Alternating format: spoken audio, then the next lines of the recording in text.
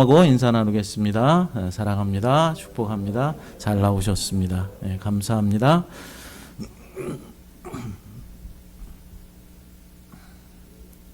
미국에서는 고등학교를 졸업할 때쯤이 되면은 프롬이라는 파티를 합니다. 그런데 그 프롬 파티에 참석하려면 자격 조건이 있죠. 그것은 파티복을 입어야 한다라는 것입니다. 여자들은 드레스를 입어야 하고 남자들은 양복 정장을 입어야 그 프롬 파티에 들어갈 수가 있습니다. 만약 드레스를 입지 않거나 양복 정장을 입지 않는다면은 그 프롬 파티에 입장할 수 없을 뿐만 아니라 만약 입장했다라고 하더라도 그곳에서 부끄러움을 당할 수 있을 것입니다. 프롬 파티뿐만 아니라 일부 고급 레스토랑에 들어가려면 어떻게 해야 합니까? 어떤 레스토랑에서는 정장을 입고 드레스를 입어야만 입장이 가능한 그런 곳도 있습니다. 추리닝 바람으로 쓰레빠나 질질 끌면서는 들어갈 수 없는 그런 레스토랑이 있다라는 것이죠. 그 행사와 장소에 걸맞는 옷으로 갈아입어야 입장할 수 있는 것입니다. 하물며 천국의 혼인잔치야 어떻겠습니까? 여러분, 천국 혼인잔치에 참여하기 위해서는 임금이 준비해준 예복으로 갈아입어야 하는 것입니다. 오늘 본문은 예수님께서 비유로 말씀하신 천국 혼인잔치의 비유입니다.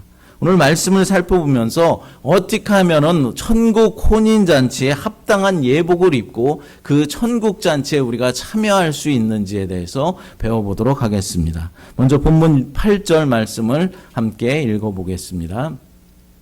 이에 종들에게 이르되 혼인잔치는 준비되었으나 청한 사람들은 합당하지 아니하니. 아멘.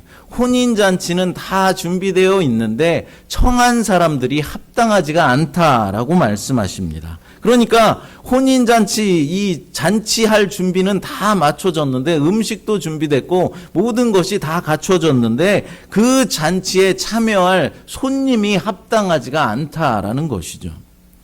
우리 교회도 지난번에 이웃사랑 초청잔치를 했지 않습니까?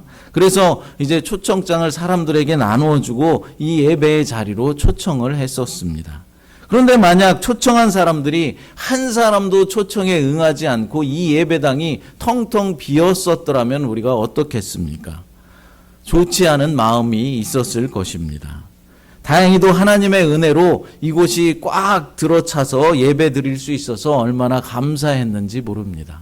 그날뿐만 아니라 우리가 평소에 주일에 예배 드릴 때도 그때처럼 이 자리가 꽉꽉 채워졌으면 좋겠습니다. 그렇습니다. 잔치 자리에는 손님들로 넘쳐나야 하는 것입니다.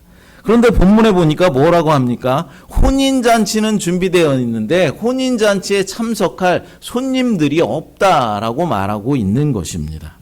왜 잔치에 참여할 사람이 없습니까? 그것은 먼저 초청되었던 사람들이 그 초청을 거절하고 초청에 오지 않았기 때문에 그렇습니다. 마태복음 22장 2절 말씀 3절 말씀 읽어보겠습니다.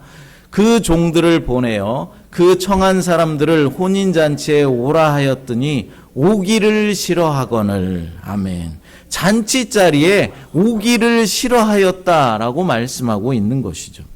하지만 임금은 거기서 포기하지 않고 또다시 다른 종들을 보내서 잔치 자리에 초청장을 보냅니다. 초청 와달라고, 그 잔치에 와달라고 초청을 하는 것이죠. 하지만 사람들의 반응은 어땠다고 합니까? 22장 5절과 6절 말씀 읽어보겠습니다.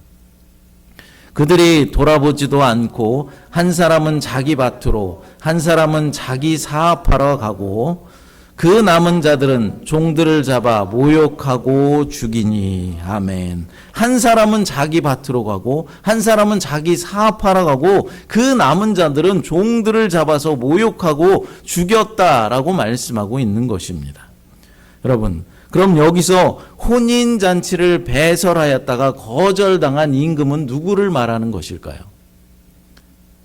하나님 아버지를 말씀하는 것입니다. 또 혼인잔치 자리의 주인공인 신랑은 누구이겠습니까? 예수 그리스도이십니다. 또 잔치 손님을 청하러 나갔던 종들은 바로 하나님의 말씀을 전달하기 위해서 세웠던 선지자들을 말하는 것이고, 이 잔치에 1차로 먼저 초대되었던 사람들은 이스라엘 백성들을 의미하고 있는 것입니다. 임금은 이스라엘 사람들과 함께할 왕의 잔치, 메시아 왕국을 오랜 시간 동안 준비하였습니다.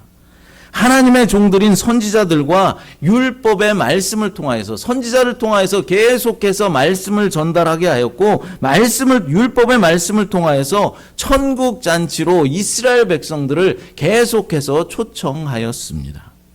마지막에는 어떻게 하였습니까? 그 아들까지 보내서 천국 잔치를 알려주었습니다. 회개하라, 천국이 가까웠느니라 라고 선포하였습니다. 하지만 임금의 그 간절함에도 불구하고 사람들은 임금의 초대를 거절하였죠. 하나님의 부르심을 거절하였다라는 것입니다. 한 사람은 자기 밭으로 가고 한 사람은 자기 사업하러 가고, 그 남은 자들은 종들을 잡아서 죽이고 모욕하였다라고 말씀합니다. 첫 번째 두 사람은 일과 사업 때문에 거절을 하였습니다. 주색 잡기에 빠져서 못 나온 것이 아닙니다.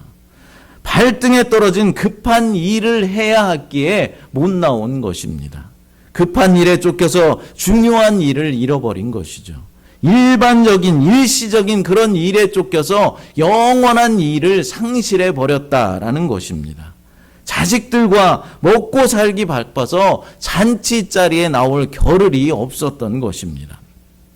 여러분, 우리는 여기서 중요한 교훈을 하나 얻을 수 있어야 합니다. 정말로 살기가 어려워서 밤낮 없이 일하지 않으면 먹고 살기가 힘든 사람들도 있습니다.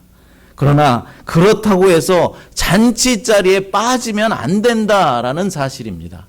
아무리 바쁘더라 하더라도 하나님의 초청 자리에 그것을 거부하면 안 된다라는 것이죠. 바쁘다는 것이 핑계가 될 수 없다라는 것입니다. 어떤 분들은 예배에 좀 참석해 주세요. 우리 교회에 좀 나와 주세요. 이렇게 말하면 요즘 너무 바빠서 제가 교회에 나갈 수 없습니다 라고 말합니다. 먹고 사는 것이 먼저지 예배가 먼저가 될 수 없다라는 것이죠.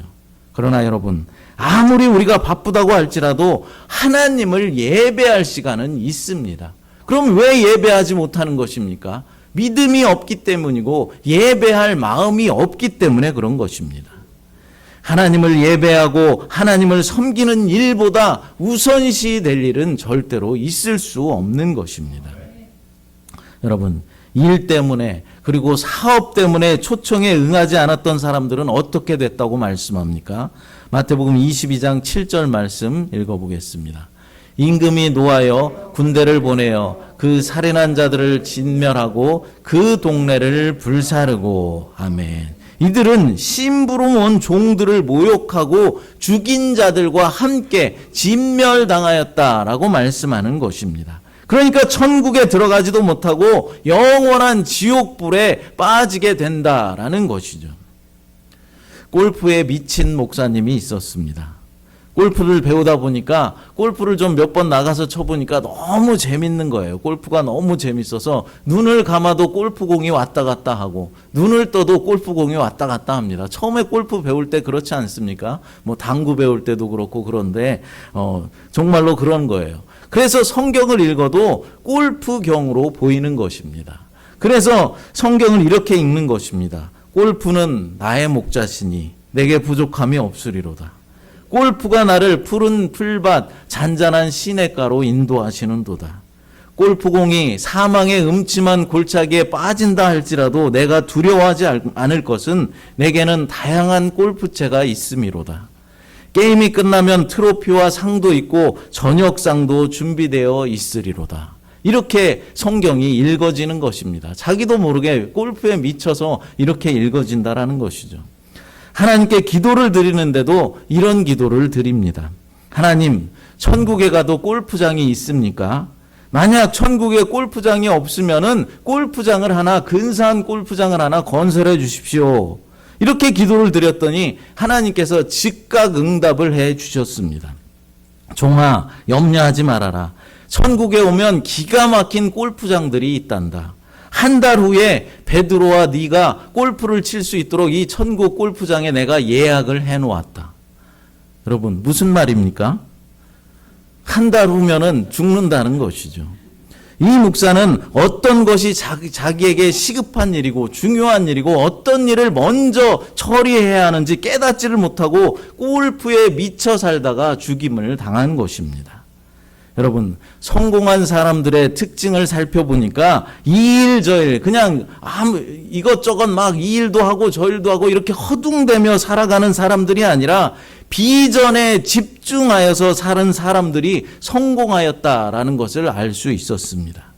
급한 일을 먼저 처리하는 사람이 아니라 중요한 일을 먼저 처리하는 사람이 성공한 삶을 살아갈 수 있다라는 것이죠. 우리에게 그럼 중요한 일은 무엇입니까? 우리 그리스도인들에게 정말로 시급하고 중요한 일이 무엇이겠습니까? 바로 하나님을 예배하는 일입니다. 주 예수 그리스도를 섬기는 일이라는 것이죠. 세상 일을 하지 말라는 것이 아닙니다. 세상 급한 일 하지 말라는 것이 아닙니다. 그러나 아무리 바빠도 거룩한 주일에 하나님을 먼저 예배하고 예수 그리스도를 섬기는 일을 다 하고 나서 그리고 급하고 바쁜 일들을 해야 한다라는 것입니다. 본문 당시 중동 지역에 임금의 초청을 거절하는 것은 있을 수 없는 일이었습니다. 백성들은 만약 임금이 초청을 하면은 그것에 당연히 의무적으로 그것에 임해야 했고 그것이 당연한 예의가 되었습니다. 구태여 중동 지역이 아니라 할지라도 어디라도 임금이 나를 초청하는데 대통령이 나를 초청하는데 그것을 거부할 사람이 어디 있겠습니까? 만약 임금의 초청을 거절한다면은 그들은 임금에 대하여 적대감을 가진 사람이라고 여겨졌습니다. 초청에 대한 거절은 잔치의 주인공인 왕자가 축하받을 자격도 없고 기회도 가치도 없는 그런 사람이다라는 뜻으로 여겨졌다라는 것이죠. 그러니까 더 이상 임금에게 나는 충성할 마음조차 없다라는 것을 공개적으로 선언하는 일이 되었습니다. 여러분, 지금 이 순간에도 우리 하나님은 예수 그리스도, 독생자 예수 그리스도를 십자가에 못 박으시고 천국 잔치를 준비하고 계시다라는 사실입니다. 그런데 이것을 거절한다는 것은 어떤 것입니까? 왕의 마음을, 하나님의 마음을 조금 아프게 한다라는 그런 차원이 아니라, 예의가 없는 그런 차원이 아니라 하나님의 십자가의 은혜를 배반하는 행위가 되는 것입니다. 예수님을 배반하고 성령님을 거역하는 일이 된다라는 것이죠. 그러므로 우리는 하나님의 초대에 기쁨으로 응하여서 하나님이 하나님 되심을 날마다 찬양하며 높여드려야 하는 것입니다. 여러분, 초청받은 사람들이 초청을 거절했다고 해서 하나님 나라의 잔치가 취소되겠습니까? 아닙니다. 그 누가 거절하고 핍박하고 그것을 방해한다 할지라도 천국의 구원잔치는 영원히 계속됩니다. 본문 9절과 10절을 읽어보겠습니다. 내 거리 길에 가서 사람을 만나는 대로 혼인잔치에 청하여 오라 한데 종들이 길에 나가 악한 자나 선한 자나 만나는 대로 모두 데려오니 혼인잔치에 손님들이 가득한지라. 아멘. 이 말씀을 보니까 천국은 유대인들의 왕국이 아니다라는 사실을 알 수 있는 것이죠. 먼저 초청되었던 1차적으로 초청되었던 이스라엘 백성들이 이 핑계에 저 핑계를 대면서 초청을 거부하자 이제는 어떻게 합니까? 이방인들에게 초청장을 보내는 것입니다. 그렇습니다. 천국은 모든 민족의 경계를 뛰어넘습니다. 이스라엘 사람이건 아프리카 사람이건 아시아 사람이건 미국 사람이건 한국 사람이건 하나님의 초청에 응하기만 하면 모두 천국잔치에 들어갈 수가 있는 것입니다. 또한 천국은 건강한 사람들만의 왕국이 아닙니다. 약한 사람들, 병든 사람도 들어갈 수 있는 곳입니다. 천국은 많이 배운 자의 왕국이 아닙니다. 못 배운 자들도 들어갈 수 있습니다. 난 놓고 기억자도 모르는 사람도 예수님만 믿으면 들어갈 수 있는 곳이 천국입니다. 천국은 죄인들로 가득 차 있는 곳입니다. 우리가 생각할 때는 천국은 의인들만 들어갈 수 있는 곳이다 라고 생각하겠지만 나 같은 죄인들로 가득 차 있는 곳이 바로 천국이라는 곳이죠. 마음씨 착한 사람만 가는 곳이 아닙니다. 악한 사람도 데려오라 라고 분명하게 말씀하셨습니다. 악한 사람도 회개하고 예수 그리스도를 영접하기만 하면은 천국에 입성할 수 있는 것입니다. 성경에 보면은 간음하다가 현장에서 잡혀온 여인도 예수님께 용서함을 받았습니다. 평생 강도짓을 하다가 예수님과 함께 십자가에 못 박혀서 우편에 못 박혔던 강도도 오늘 내가 너와 함께 낙원에 있으리라 라는 이 예수님의 말씀을 듣고 주님의 왕국으로 들어갔습니다. 여러분, 어떻게 해야 천국잔치에 우리가 참여할 수 있다고 했습니까? 천국잔치에 참여하는데 자격이 무엇이라고 했습니까?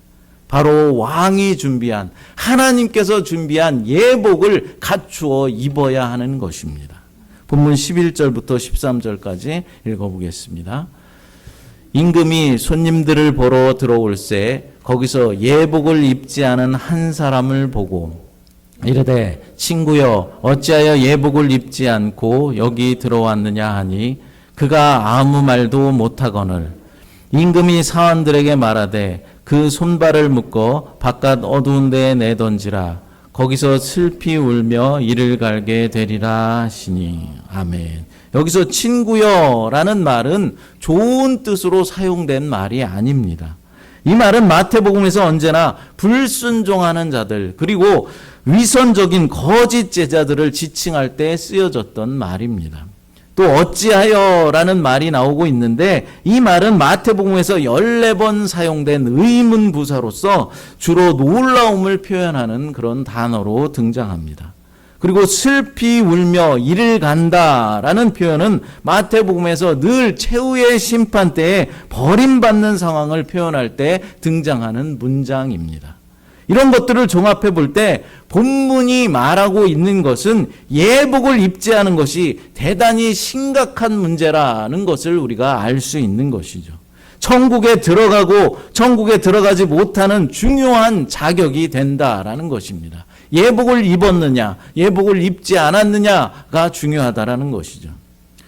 여러분, 왕을 아련하는 사람이 왕이 준비한 예복을 입지 않고 예복을 거절하고 자기 옷을 입고 자기 옷에 묻은 먼지나 좀 털고 옷 매무새나 바로 잡으면 된다라고 생각해서야 되겠습니까?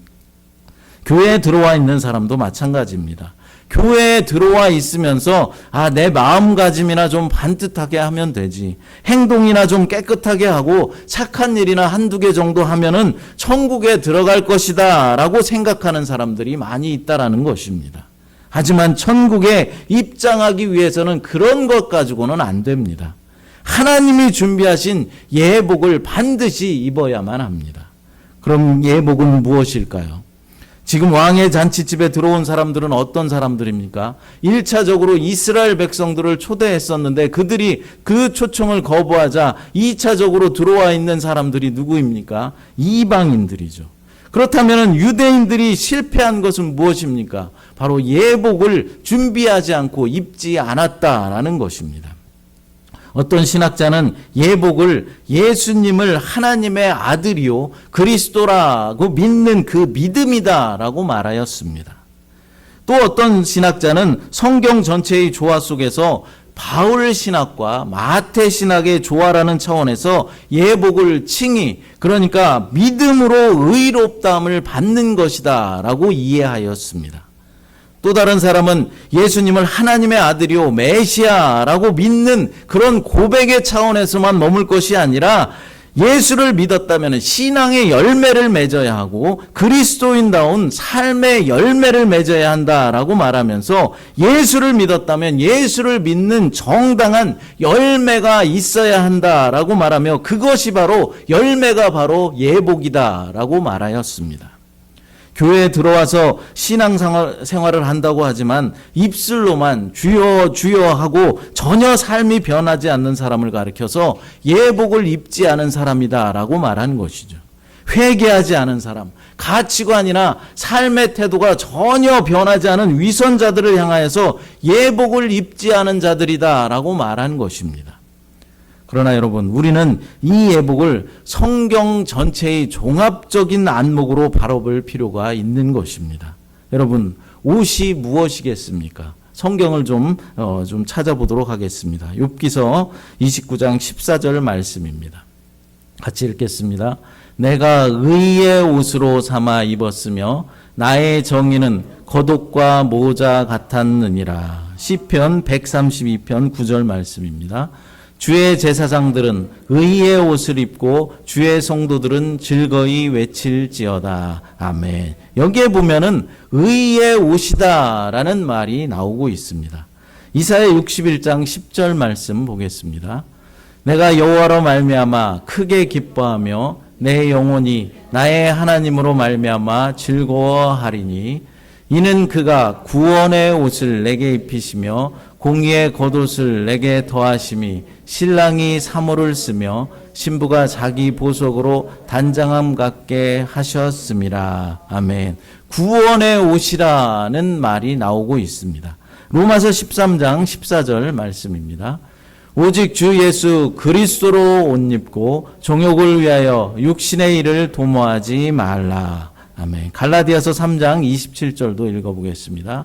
누구든지 그리스도와 합하기 위하여 세례를 받은 자는 그리스도로 옷 입었느니라. 아멘. 여기에 보니까 그리스도의 옷을 입는다라는 말이 등장하고 있습니다. 이 말씀들을 다 종합해 보면은 이제 왕의 나라에 들어왔으면 어떻게 하라는 것입니까? 세상에서 자랑하고 입고 다니던 내 옷을 벗어 던져야 한다라는 것입니다. 세상에서 자랑하던 옷을 이제는 오히려 부끄럽게 여기고 배설물로 여길 줄 알아야 한다라는 것이죠. 그리고 나서 어떻게 하라고 합니까? 그리스도의 의의 옷으로 갈아입어라. 구원의 옷으로 갈아입어라. 보혈의 옷으로 갈아입어야 한다라고 말씀하고 있는 것입니다.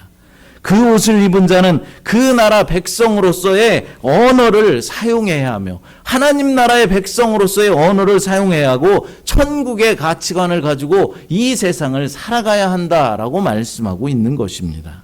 사랑하는 여러분, 지금 이곳에 오신 분들은 하나님의 초청으로 이곳 우리 새마음교회 예배당에 초청되어 오신 분들인 줄 믿습니다.